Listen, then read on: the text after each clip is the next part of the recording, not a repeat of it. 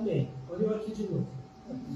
Muito bem, meus irmãos. O pastor ele pediu, eu estava no acampamento, e bem, o pastor recebeu alguns contatos, né, sobre algumas coisas que eu falei no acampamento, como preletor. E eu tenho uma história de conversão não ortodoxa, né? Uma história assim um pouco diferente. Com 13 anos de idade, eu comecei a trabalhar. Lembra da época em que você podia tirar a carteira de menor? Não pergunte qual a minha idade, tá bom? Não faça isso comigo. Mas eu tinha minha carteira de trabalho menor, eu comecei a trabalhar com 13 anos de idade, feito 13 anos. E quando você recebe seu dinheirinho ali, você já é dono do seu próprio nariz, né? E eu comecei a sair junto com os colegas de trabalho, muito grande de alcoólicas. E aí era nossa semana. Sexta, sábado e domingo era o dia de experimentar todos os tipos e todos os nomes que existem de misturas de bebidas alcoólicas, né? Então, para ser um alcoólatra foi um passo. Então eu comecei a beber demais e aí isso já chama outras drogas um pouco mais fortes e ilícitas, que é o caso de maconha, que eu fumei fumava muito demais, além de cigarros de maconha, e fiz uso dessa droga por muito tempo. Por conta do uso descontrolado de bebida alcoólica, eu fui internado numa clínica de recuperação e depois não fiquei lá. Eu falo que fiquei internado, mas eu fiquei 3 dias e fugi. Eu não fiquei lá, abstinência, e eu saí. E o uso de maconha me prejudicou os olhos, e eu hoje não enxergo do olho direito. Eu enxergo coisa de 25%, 30%. Aqui você está, aqui você foi arrebatado. Aqui você não está. Entendeu? Então, eu tinha uma tristeza no coração, falei, desse jeito eu nunca vou conseguir tirar a carteira de motorista. Era um negócio que estava inculcado, mas aí, com os 2 olhos abertos, eu consigo enxergar e passei, viu? Eu tenho carteira, não é comprada não, tudo certinho, mas isso ficou marcado. Depois eu comecei a usar outros tipos de drogas mais fortes, e tive uma overdose, e tive 2 overdoses. Uma overdose foi numa cidade de Minas Gerais chamada Cássio dos Coqueiros, uma cidade onde as pessoas vão por conta de muitas cachoeiras e levam as drogas e ficam lá no meio, acampado, né? Bem lá no meio da mata, da floresta, e nós estávamos em 5 rapazes e nós fomos para lá. E quando eu tive a overdose, esse rapaz, um deles, o Ivan e o Ricardo, e eu, né? Sim.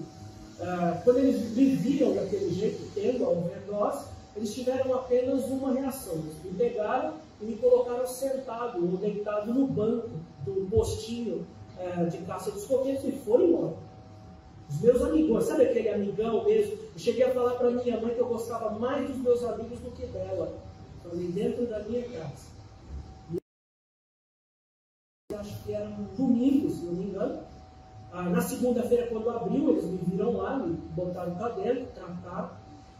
Sinceramente, do fundo do coração, eu não sei como eu voltei para Ribeirão Preto. De Cássio dos Coqueiros a Ribeirão deve ser o quê? Uns 400, 500 quilômetros.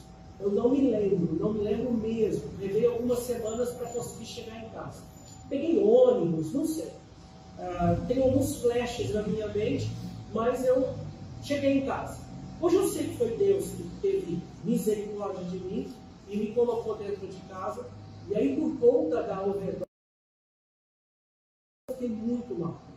E aí eu fui hospitalizado e perdi a audição do ouvido esquerdo. O médico disse que eu ficaria surdo, completamente surdo. Depois, fazendo os testes, descobriram que eu continuava ouvindo do ouvido direito. Até o médico falou para o meu pai, que acompanhou todo esse calvário, acompanhou tudo isso. E ele disse para o meu pai, esse menino tem muita sorte, porque ele... Mas conseguimos a audição do ouvido direito, então ele está com ela completa, só que ficou surdo no esquerdo e não tem mais como fazer nada. Então eu lembro que meu pai, descrente ainda, isso não foi sorte não, isso foi Deus. Eu era de uma família católica, praticante, mas com o uso de bebida alcoólica, me levou então para esse lado. Por conta, eu achei interessante o tema do acampamento, depressão e síndrome do pânico. Então, eu procurava nas drogas, procurava um alívio para tudo isso. Num dado momento, ainda me recuperando de tudo isso, minha mãe e minha irmãzinha de colo, o meu irmão, de mãozinha dada assim, ele deveria ter em torno de uns 7, 8 anos, começaram a frequentar uma igreja. Eles estavam frequentando a igreja, minha mãe pedia oração por um filho usuário de droga que ela tinha. E aí o pastor ia em casa tentar me visitar. A minha casa tinha uma janela do meu quarto que dava de frente para o portão da rua. Então quando o pastor Manuel ia lá e batia, eu já levantava, olhava no buraquinho da janela, via que era ele, botava a camisa, pegava meu maço de cigarro, saía pela porta da cozinha, descia o corredorzinho, pulava o murinho e saía no quarteirão de baixo. Toda vez que ele ia, eu olhava, pastor Manuel, pegava um maço de cigarro, pulava o muro e saía. Um dia ele bateu, eu olhei, peguei, mesma coisa, tudo, peguei, porque eu sabia que ele vinha falar comigo. Peguei as coisas, tudo, pulei o muro. Quando eu cheguei lá na outra ponta, estava ele lá me esperando. Então, minha mãe tinha me dedurado. Ele ficou quase 2 horas ali conversando comigo. E eu dando aquelas portadas nele, querendo sair fora, né, a vontade de fumar. Tudo.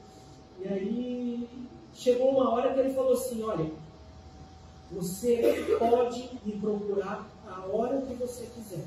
O dia e a hora que você quiser, eu estou pronto para te ouvir e para estar com você. Beleza. Estou com um compromisso aí. Peguei e saí. Passaram-se alguns tempos, eu já tinha tentado suicídio 2 vezes. Não sei se você percebeu.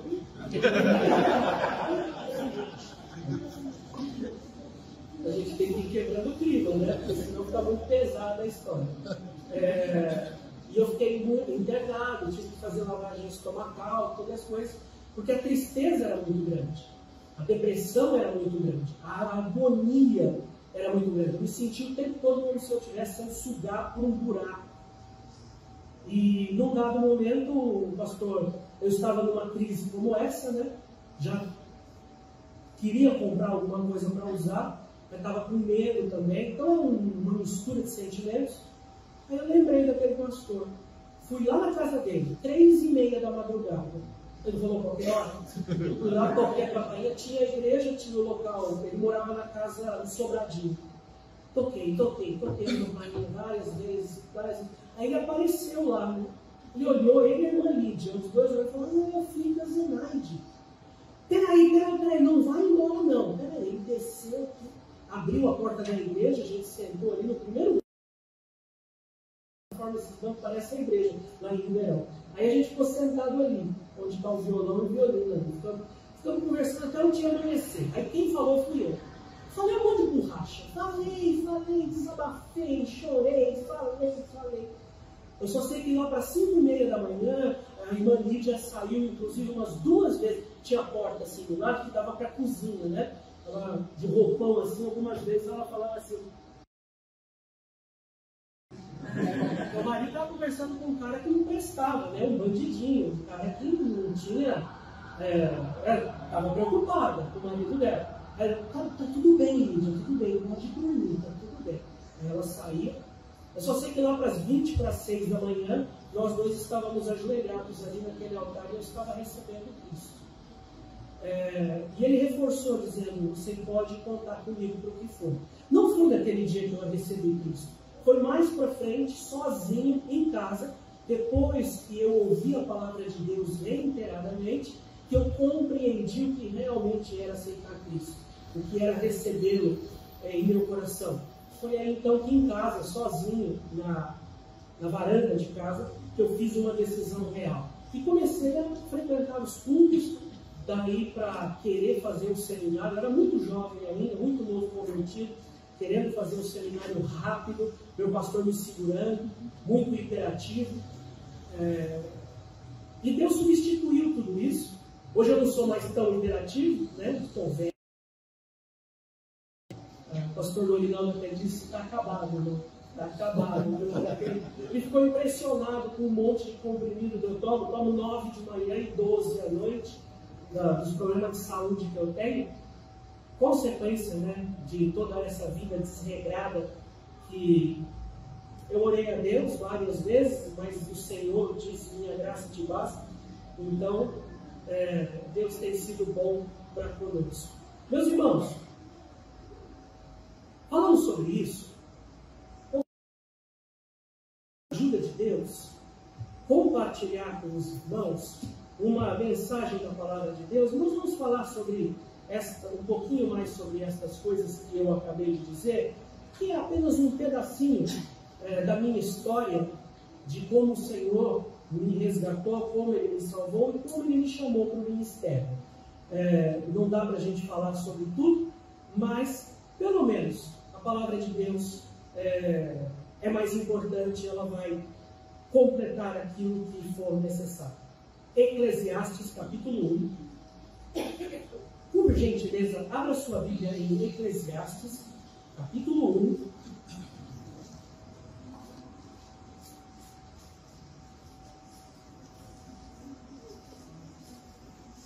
Salmos, Provérbios, capítulo 1.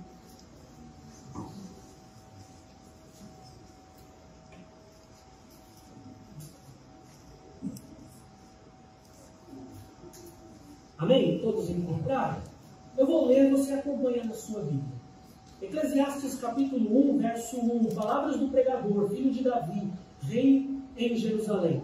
Vaidade de vaidades, diz o pregador, vaidade de vaidades, tudo é vaidade. O homem de todo o seu... Uma geração vai e outra geração vem, mas a terra para sempre permanece. Nasce o sol e o sol se põe, e apressa-se e volta ao seu lugar de onde nasceu. O vento vai para o sul e faz o seu giro para o norte. Continuamente vai girando o vento e volta fazendo os seus circuitos. Todos os rios vão para o mar, contudo o mar não se enche. Ao lugar para onde os rios vão, para ali tornam eles a correr. Verso 8. Todas as coisas são trabalhosas. O homem não pode exprimir, os olhos não se fartam de ver, nem os ouvidos se enchem de ouvir. O que foi isso é o que há de ser. E o que se fez, isso se fará, de modo que nada há de novo debaixo do sol. Vê isso, é novo. Já foi nos séculos passados, que foram antes de nós. Já não há lembrança das coisas que hão de ser também, delas não haverá lembrança entre os que hão de vir depois. Eu, o pregador, fui rei sobre Israel em Jerusalém, e apliquei o meu coração a esquadrinhar e a informar-me com sabedoria de céu. Esta enfadonha ocupação deu Deus aos filhos dos homens, para nela os exercitar. Atentei para todas as obras que se fazem debaixo do sol, e eis que tudo era vaidade e aflição de espírito. Aquilo que é torto não se pode endireitar. Calcular. Falei eu com o meu coração, dizendo: eis que eu me engrandeci, e sobrepujei em sabedoria a todos os que houve antes de mim, em Jerusalém. E o meu coração contemplou abundantemente a sabedoria e o conhecimento. E apliquei o meu coração a conhecer a sabedoria, e a conhecer os desvarios e as loucuras. E vim a saber também que isso era aflição de espírito. Porque na muita sabedoria há muito enfado, e o que aumenta em conhecimento, aumenta em dor. Eu vou pedir para o pastor Lorinaldo, por gentileza, pastor, meu amigo, e estou com uma generosidade ímpar dele, da família dele, pedir para o senhor orar pela mensagem. Senhor Deus, nosso Pai, agradecemos pelo perdão de nossas vidas, pelos caminhos, Senhor Deus, pelas pessoas que o Senhor resgata de nós, espetacular, toca nos nossos corações, e nessa motivado a deixar as almas perdidas, fazer pela sua vontade, para ser pregada, ficar simplesmente aqui de cada pessoa que compareceu. Amém. Vamos para sentar. Os irmãos se lembram de um filme? Acredito que todos aqui devem ter assistido. Se não, vale a pena você assistir. Um filme do famoso ator Will Smith, Em Busca da Felicidade. Quem aqui sabe do que eu estou falando? Já assistiu esse? Já. Você já viu aqueles videozinhos, né, de motivacionais na internet? Em Busca da Felicidade, do Will Smith, ele encontra a cena com o próprio filho. É uma história reais de um homem que tinha começa em uma empresa de corretagem, e aí ele tem grande sucesso na vida. Tem até um momento no filme, o momento final do filme, desculpa se você já não assistiu, eu vou dar um spoiler, que coisa horrível que eu vou fazer agora. No final, ele está andando ali, né, quando ele consegue um emprego, né, estou estragando seu filme, ele consegue finalmente um emprego, e aí ele sai no meio assim, aquela cena bem emblemática, e ele diz: esse momento da minha vida chama-se felicidade. Então, naquele momento, né, resume-se então até o nome do próprio filme. E o que nós temos em comum com tudo isso? Todos nós buscamos felicidade. Amém ou não? Amém. Todos nós. Felizes. Veja, por exemplo, no culto de oração, você pode fazer uma análise. Né? Você já viu alguém fazendo um pedido de oração, no culto de oração, dizendo: pastor, meu pedido de oração é o seguinte: gostaria de pegar uma doença boa, uma doença daquelas. Você já viu isso? Claro que não. Essa pessoa for meio doida, né? Tá meio fora da caixinha. Não, ao contrário. Todos os pedidos de oração têm um fundamento, têm uma base: buscar felicidade. Se está doendo, você não está feliz. Você quer que pare de doer. Se você não tem o dinheiro para pagar suas contas, você não está feliz. Se você paga, quita. Esse momento para mim é chamado de, quando você está com o boleto assim, zerado, esse momento chama-se felicidade. É assim que a vida é. Isso não é errado, não. Mas a questão é: qual felicidade nós estamos procurando? Ou como nós podemos chegar a tal felicidade? Salomão, ele buscou essa resposta. Como encontrar a felicidade? Alegria.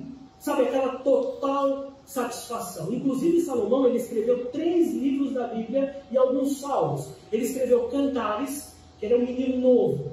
Menino assim, estava todo enamorado, né? Estava todo apaixonado. E ele escreve então Cantares. Ele escreveu Provérbios, que na verdade foi escrito durante toda a sua vida, uma compilação de bons conselhos, de sabedoria, e ele foi organizando tudo isso. E Eclesiastes, que é no texto inicial. Esse livro foi escrito no fim da sua vida. Ali nós encontramos um livro escrito por um homem maduro, por alguém experimentado, com seus cabelinhos brancos, talvez, né? Já, sabe aquela famosa... E aqui Salomão, então, ele está, poderíamos resumir esse é um livro de uma pessoa que viveu o que está falando, sentiu. No versículo 13 e 14, que nós já lemos, nós lemos assim: e apliquei no meu coração a esquadrinhar e a informar-me com sabedoria de tudo quanto sucede debaixo do céu. Esta enfadonha ocupação deu Deus aos filhos dos homens para nela os exercitar. Atentei-me para todas as obras que se fazem debaixo do sol, e eis que tudo era vaidade e aflição de espírito. Ele faz essa busca, ele estuda, ele pesquisa, ele experimenta, e ele chegou a uma conclusão logo no começo aqui, dizendo que isso é vaidade e aflição de espírito, angústia. Parece que eu estou batendo em ferro frio, parece que eu estou num loop temporal, não chego a lugar nenhum, está patinando. Não está entendendo? Quem era esse homem? No verso 1 nós lemos: ele era filho de Davi, herdeiro do trono, filho de pastor, cantor evangélico, guerreiro famoso. Com um pai assim, ele tinha tudo para ser feliz, não é, Levi? Tudo para ser feliz.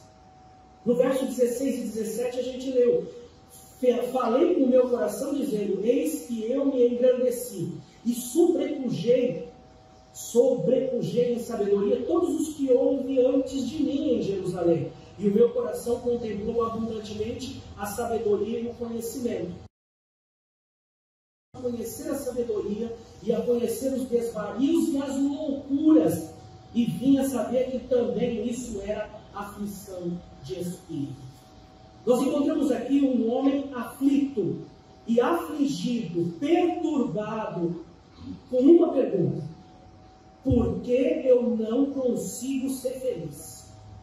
Você sabe que tem muitas pessoas que têm esse sentimento, que têm essa pergunta na cabeça. Inclusive muitas pessoas que chegam à igreja, e muitas pessoas que ainda estão na igreja e continuam com essa pergunta. Você vê aqui no verso 18, um homem cansado, porque na minha sabedoria há muito, e o que aumenta em conhecimento, aumenta em dor. Falou: eu pesquisei, eu estudei, eu experimentei, e tudo o que aconteceu na minha vida foi o aumento dessa dor. Piorou. Por quê? A gente escuta muitas pessoas perguntam. Os budistas, por exemplo, dizem que viver é sofrer.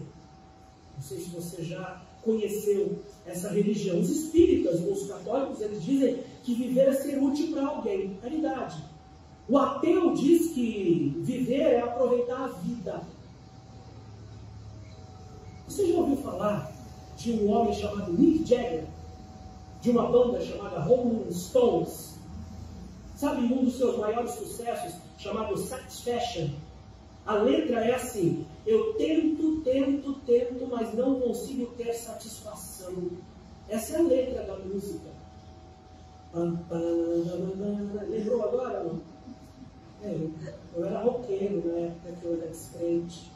E eu ouvi aquele homem dizendo: eu tento e não consigo encontrar satisfação em nada. E aí, quando eu aceitei Jesus, eu ouvi um corinho, você deve conhecer, diz: satisfação. Canta comigo. É ter a Cristo, não há melhor, pra ser já visto, sou de Jesus, é glória, sem fim. Amém. Está vendo?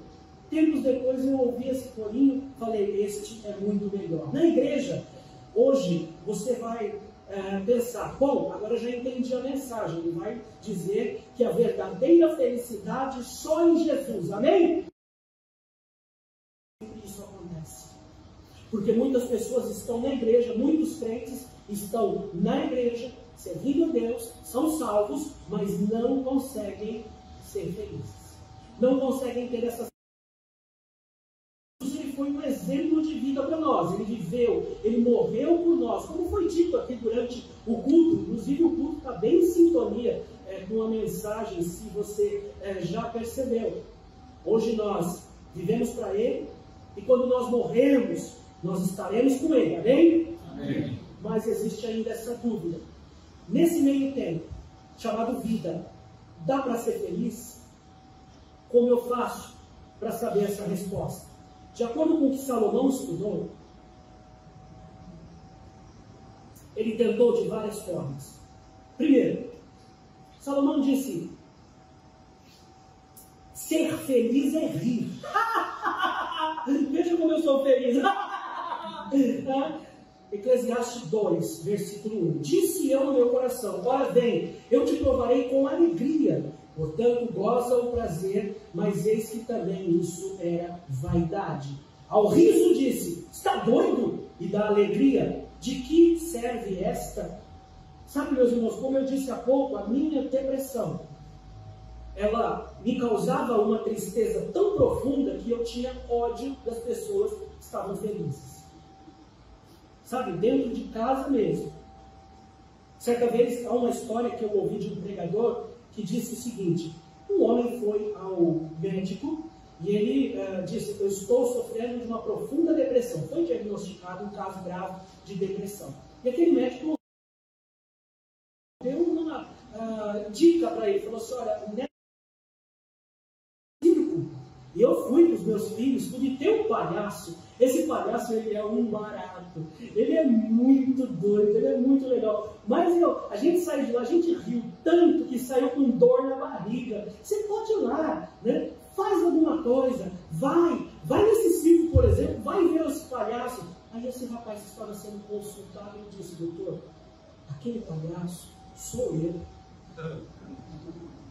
Você já viu as pessoas que aparentemente estão contentes, sorrindo? Acaba de muitas pessoas que estavam conversando, rindo, brincando com você aqui, e depois você ficou sabendo que elas tiraram a própria vida no dia seguinte. No caso que aconteceu aí em Ribeirão Preto, meu professor queria entregar um folheto para o colega, sabe aquele sempre brincalhão, mexia com todo mundo, na fila de bater o cartão, rindo, dando gargalhada alta. No outro dia, quando ele chegou, estava todo mundo na porta, a loja fechada, na fábrica de bolachas. E aí todo mundo lá assustado, porque aquele rapaz tinha tirado a própria vida na noite anterior. Ser feliz é rir? Salomão disse: eu tentei, não consegui. Segundo, ser feliz é beber. Era o que eu pensava, pastor. Aqui no versículo 3 diz assim: busquei em meu coração como estimular com vinho a minha carne, regendo, porém, o meu coração com sabedoria, e entreguei-me à loucura, até ver o que seria melhor que os filhos dos homens fizessem debaixo do céu durante o número dos dias da sua vida. Ser feliz é beber. Hoje, muitos estão vivendo com essa ideia, com esse paradigma na cabeça. Se eu não estiver tomando uma, vamos tomar uma? Vamos tomar uma? Né? Um corote, um barril, 10 garrafas, é a única forma que conhecem felicidade. A diferença entre o vinho novo e o mosto fermentado, né?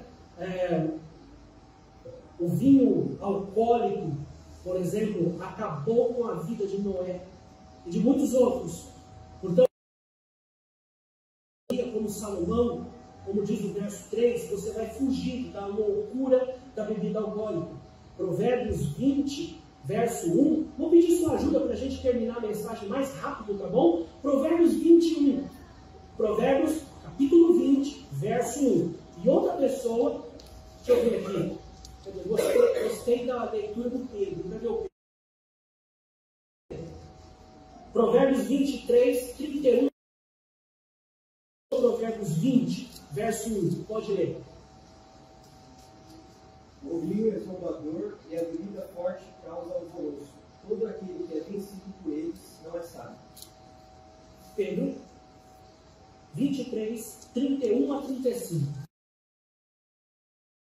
Quando se mostrar vermelho, quando resplandece do copo e se escoa suavemente. O seu fim morderá como uma cobra, e como o basilisco picará. Os teus olhos olharão para as mulheres estranhas, e o teu coração falará perversidades. E serás como o que dorme no meio do mar, e como o que dorme no topo do mastro. E dirás: espancaram-me, e não me doeu, bateram-me, e não o senti. Quando virei a despertar, ainda tornarei a buscar momentos de... Inclusive, Efésios diz: não vos embriagueis com vinho onde há contenda, mas... E ainda alguns cristãos... Eu estava palestrando nas escolas e eu... contra as drogas, fiz durante um tempo... E num dado momento a menina levantou e falou assim: porque eu fazia palestra, preciso explicar direito. Fazendo a palestra contra as drogas, era a forma que eu entrava nas escolas, palestrei em 20, 30 escolas aqui da região, e num dado momento as pessoas perguntavam, dando o meu testemunho: como que você dá o meu testemunho? Como você não pode trazer uma questão nas classes, mas você pode fazer o trabalho de combate às drogas, perguntava o meu testemunho. E aí ninguém pode mudar isso, porque eu falava: isso aconteceu comigo, tá bem? Então eu vou contar. E eu falava como Cristo havia me salvar. Aí a menina levantou e falou assim: para mim ser crente eu não vou, eu gosto mesmo de beber, eu gosto mesmo de fumar, eu gosto mesmo de... Aí eu falei: e vocês, como crentes, vocês não podem beber nem um pouquinho? Eu falei: pode. Bom, se eu quiser sair daqui do culto, preguei, e eu e o pastor lá, e a gente bebeu umas pingas lá, quem vai impedir? Você acha que alguém vai me seguir? Né? Você é livre, não é? Eu posso. A questão é: eu não preciso mais. Aí a menina falou assim...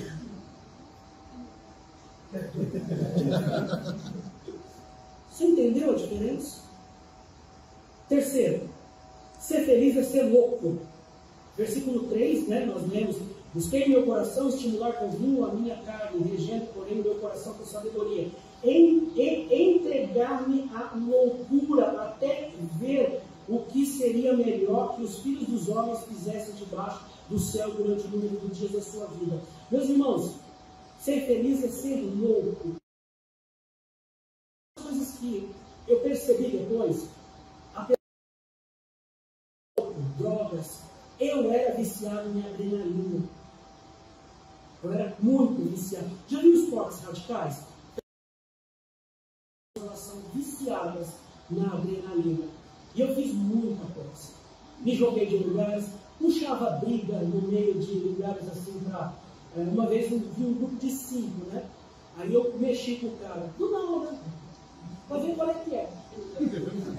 Quando os 5 vieram para cima de mim, eu peguei, eu ia pegar uma planta do lado assim. Sabe aquelas plantas espinheiras que fica as pessoas lá? Eu nem vi que era aquilo. Eu catei o negócio que eu ia dar uma paulada. Quando eu puxei a mão, a pele da minha mão ficou.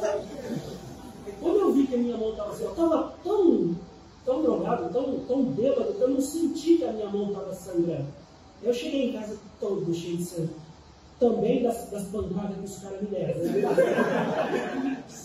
Mas eu não sentia nada. Por quê? A adrenalina. Sabe? Viciado em adrenalina.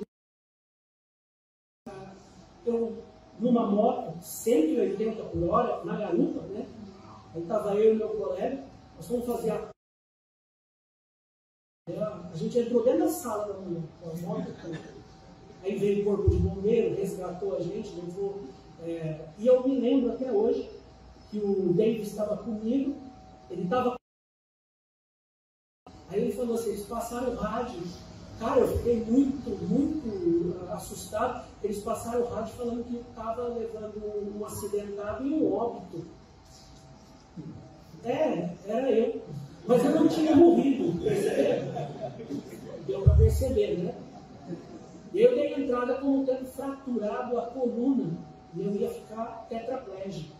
Fiquei 6 meses no hospital para me recuperar desse... E eu tenho dor nas costas até hoje. Até hoje as minhas costas, eu sinto muita dor nas costas. Parte dos medicamentos que eu tomo é analgésico para parar essa dor nas costas que Deus me tirou.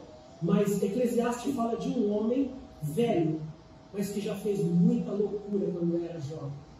Eclesiastes 1,17, nós já lemos, a gente leu assim: e apliquei no meu coração a conhecer a sabedoria e a conhecer os desvarios e as loucuras, e vim a saber que isso era aflição de espírito. ele conheceu as loucuras, mas ele conheceu também as consequências. Eu me lembro sempre que muitas pessoas falavam, não faça isso, porque tem consequência. E o que o jovem faz? Você não sabe de nada. Quando a pessoa é viciada em adrenalina, ela não só entendeu isso quando ele era mais velho. E depois ele falou, sabe de uma coisa? Ser feliz é contar coisas. Quantas irmãs podem dizer amém? Estou esperta, né? Eclesiastes 2, versículo 4 diz assim, fiz para mim obras magníficas, apliquei para mim casas, plantei para mim vinhas, fiz para mim hortas e jardins, plantei nelas árvores de toda espécie de fruto, fiz para mim tanques de águas para regar com eles, reverdeciam as árvores, tive servos nascidos em casa, também tive grandes possessões de gado e ovelhas, mais do que todos os que houve antes de mim em Jerusalém. Dinheiro, já ouviu a frase, dinheiro não traz felicidade? Tem gente que tem essa ideia, né? Aí a pessoa ficou doente, gastou tudo que tinha e morreu. Dinheiro não traz felicidade. Aí muita gente diz, se eu tivesse dinheiro, eu seria... Você conheceu a história de Michael Jackson? Do Robin Williams, que fez aquele filme Sociedade dos Poetas Mortos, Carpe Diem, aproveite o dia. Porque a morte é o nada. Bill Gates, dono da Microsoft, tem um livro que fala da depressão dele. Como que um cara, dono da Microsoft, pode ter depressão? Ele pode comprar, ele fala assim, me traz uma coca e um jatinho. Ele não precisa. Entendeu? Tem todo o dinheiro. Mas nós entendemos como, por exemplo, Alexandre o Grande. Esse era o maior. Alexandre o Grande. Alexandre o Grande, depois que ele conquistou o mundo inteiro, ele sentou e chorou, porque ele não tinha mais nada para conquistar. O problema não é ter dinheiro, o problema é você achar que quando você não tiver, você vai ser feliz comprando o que quer. Ser feliz é ser patrão, já terminou. Ah, essa é boa, né? Eu trabalho para mim mesmo. Versículo 7, nós lemos, adquiri servos e servas, tive servos nascidos em casa, também tive grandes possessões de gado e ovelha, mas eu sempre trabalhei de empregado. Um dia eu falei, vou trabalhar para mim. Comecei a distribuir panfleto, peguei, contratei pessoas, saí, comecei a fazer propaganda e marketing. Meus irmãos, quando chega o dia do pagamento, quando chega para tratar com funcionário, mandar funcionário embora, contratar gente nova, né? Eu trabalhava das 7 às 5 da tarde com os funcionários, depois das 5 da tarde até meia-noite, 1 hora, tentando, para não falir a empresa, acabou falindo também. Tanto dinheiro. Pastor, eu não quero dinheiro. Eu quero saber. Sabe? Se todo mundo for patrão, não vai ter lugar para os funcionários também. Sexto, terminando. Ser feliz é ser dono de alguma coisa, dono de propriedades. Verso 8. Amontoei também para mim prata e ouro, tesouros dos reis das províncias, provi de cantores e cantoras, e das delícias dos filhos dos homens, e de instrumentos de música de toda espécie. Ele era dono de riquezas, dono de terra, tipo usineiro, né? Tipo, o que é aqui no Mato Grosso? Carne de pau. O que tem muito aqui no Mato Grosso? Pecuarista. Hã? Pecuarista? Pecuarista. Né? É a terra. Né? Lá na região de São Paulo são usineiros, plantio de cana. Mas ele também era dono de talentos. Sabe? Tipo empresário de cantores. Já imaginou de repente? Falou assim, traz o... Deixa eu ver o que eu vou ouvir hoje. Traz o Roberto Carlos aqui no quarto para tocar uma música que eu não estou conseguindo pegar no som. Então pensou?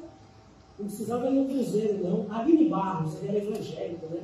Assim, traz a Aline Barros aqui, que eu quero que ela cante uma musiquinha aqui para mim pegar no sono. Sabe?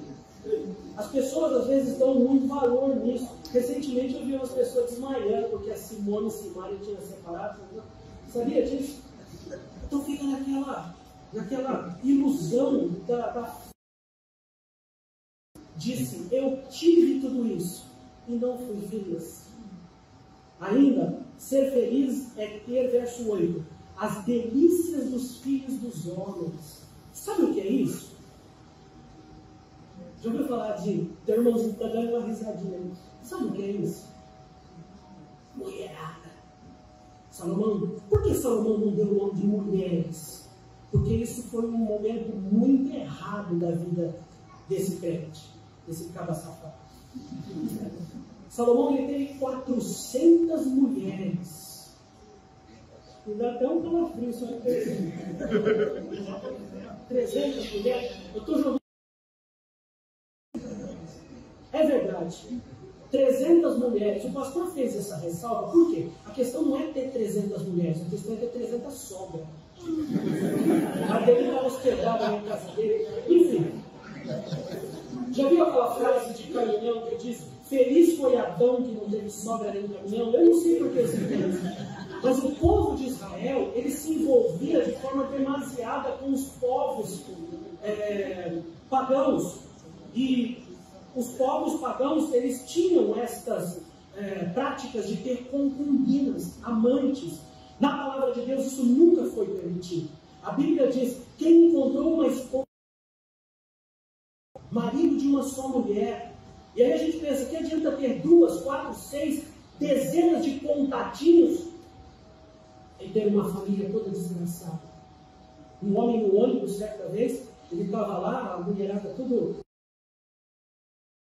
dando em cima dele e tal, ele era bonitão, estava lá, as meninas tudo, acho que trabalhava junto e tal. E eu estava com a Vanessa do lado assim, aí eu olhei para ela, olhou para mim assim, um rapaz que estava ali, tem umas brincadeiras muito salientes com as meninas, uma aliançona no dedo assim, de ouro, de casado. Aí a Vanessa falou assim para mim: para muitas mulheres, você não elas não estão vendo? Aí ela falou: eu sou meio bem tonto, né, para perceber essas coisas, sou muito lerdo para essas coisas. Aí a Vanessa falou assim para mim: você sabia que para muitas mulheres... Eu falei: é?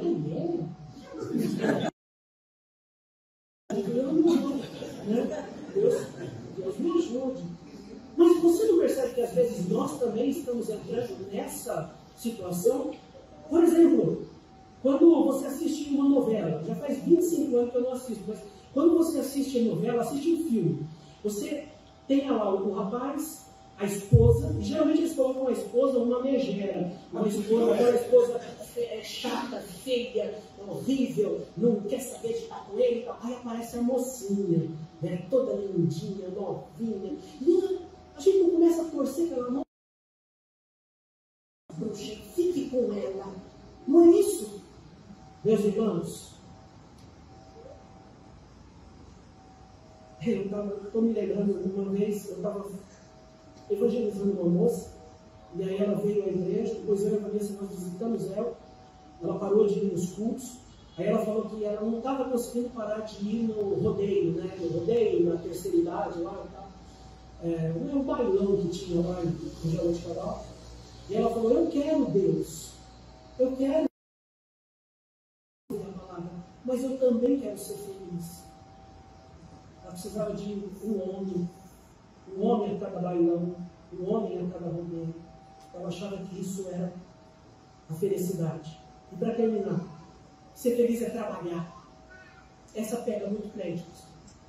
No versículo 9 a 11 diz assim, no capítulo 2: e fui engrandecido e aumentei mais do que todos os que houve antes de mim em Jerusalém. Perseverou também comigo a minha sabedoria. Tudo quanto desejaram os meus olhos não me neguei, nem privei o meu coração da alegria alguma, mas o meu coração se alegrou por todo a porção de todo o meu trabalho. E olhei eu para todas as obras que fizeram, que eu, trabalhando, o homem que trabalha, tinha feito, e eis que tudo era vaidade e aflição de espírito, e que proveito nenhum havia debaixo do sol. Certa vez eu estava evangelizando um rapaz chamado Ricardo. Ele vinha na igreja, ele estava junto com a gente, só que ele precisava de um emprego. Nós oramos, pedimos a Deus, e ele passou, começou a trabalhar no mercado e parou de vir na igreja. E aí eu fui visitá-lo e perguntei: Ricardo, né? Graças a Deus você conseguiu meu Deus agora é meu patrão.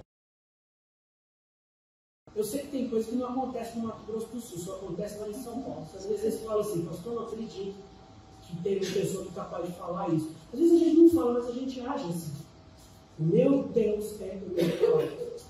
E quantas vezes uma pessoa bateu na porta da minha casa e falou assim, pastor, o senhor pode dar uma carona para nós até o hospital lá em Ribeirão, o Hospital das Clínicas? A gente tem uma consulta, o senhor pode levar? Eu lembrei que o senhor não trabalha mesmo, então eu queria que o senhor me levasse a gente.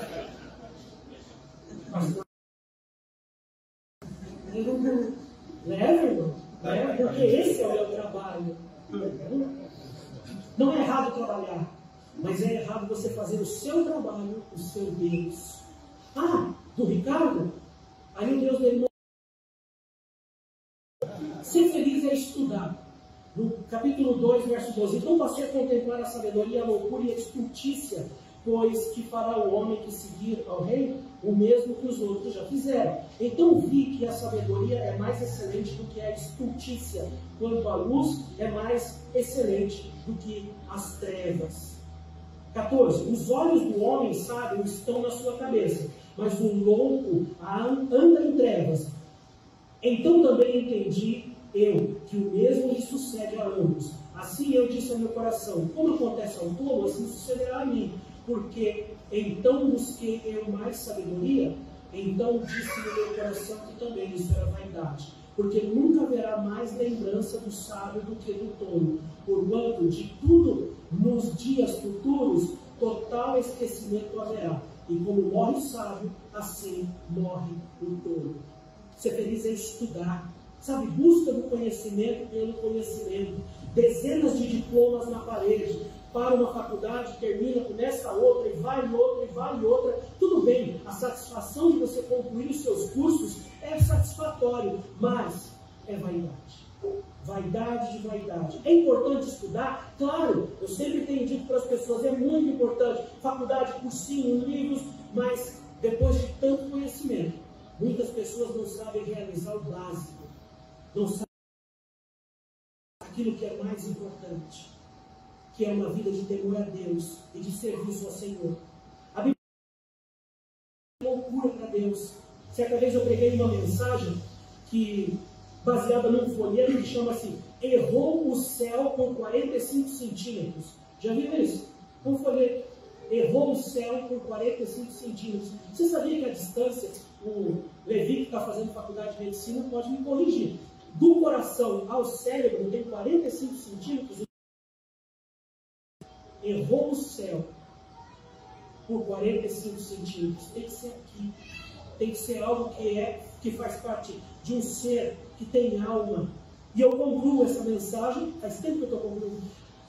Salomão, ele entendeu que das coisas mais complexas, as mais simples, como comer, como estudar, ou ser feliz, só pode vir de uma fonte. Eclesiastes 2, versículo 24. Não há nada melhor para o homem do que comer e beber. A alma goze do bem do seu trabalho. Também vi que isto vem da mão de Deus. Trabalhe, receba seu salário, vai passear, faz uma viagem legal, né? Para a praia, para Recife, para legal, né? Pitangeiras, vai lá, passa um tempo lá com a gente, né? Não há nada de errado que você precisa comprar um carro melhor, comprar uma roupa, um sapato. Amém? Quem pode gozar melhor do que eu? Porque ao homem que é bom, Deus, sabedoria e conhecimento e alegria, mas ao pecador dá trabalho para que ele ajunte e amontoe para dar-lo ao que é bom perante Deus. Também isso é vaidade e aflição de espírito. A fonte, meus irmãos,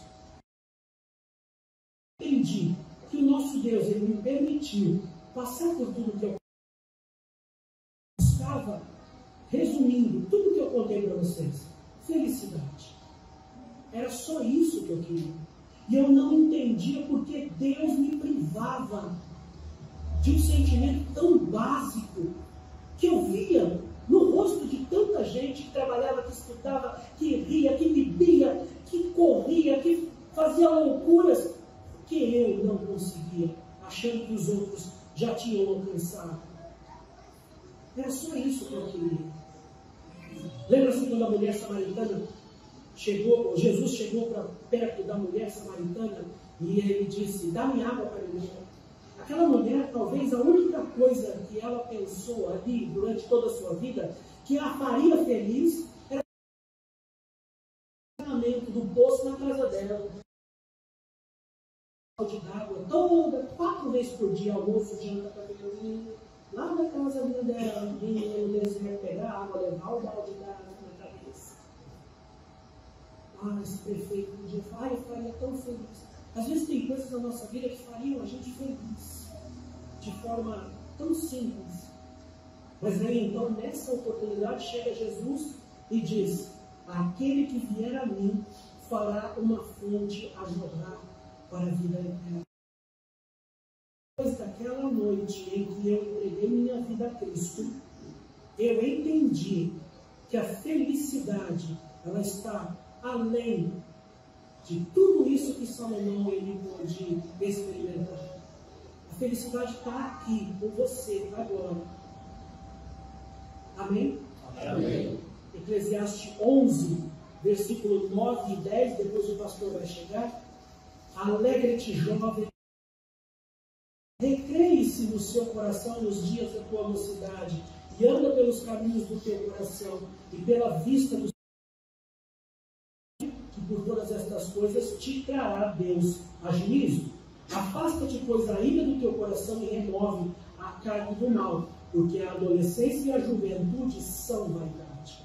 Lembra-te também do teu Criador nos dias da tua mocidade, antes que venham os maus dias e cheguem os anos, dos quais venha dizer, não tenho felicidade.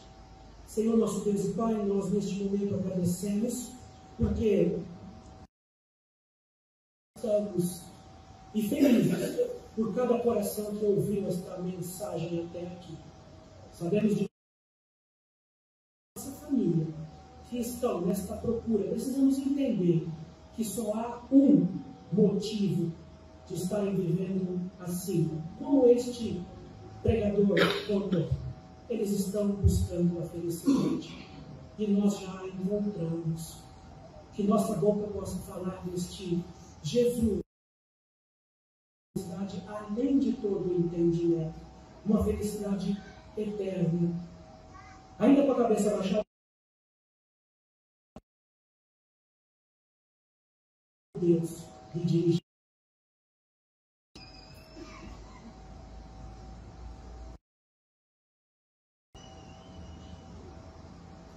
Nós sabemos que Deus falou aos nossos corações e que, principalmente os jovens, têm visto aí as influências no dia a dia, as amizades, mostrando que a melhor forma de você ser feliz é buscando as drogas, é buscando estar com os amigos que são diferentes, pessoas que pensam de maneira diferente, que querem ver a vida louca. Talvez esse chegar diante do Senhor e dizer, Senhor, eu quero mudar a minha vida. Senhor, eu não preciso de droga nenhuma para ser feliz, para estar satisfeito. Eu preciso do Senhor.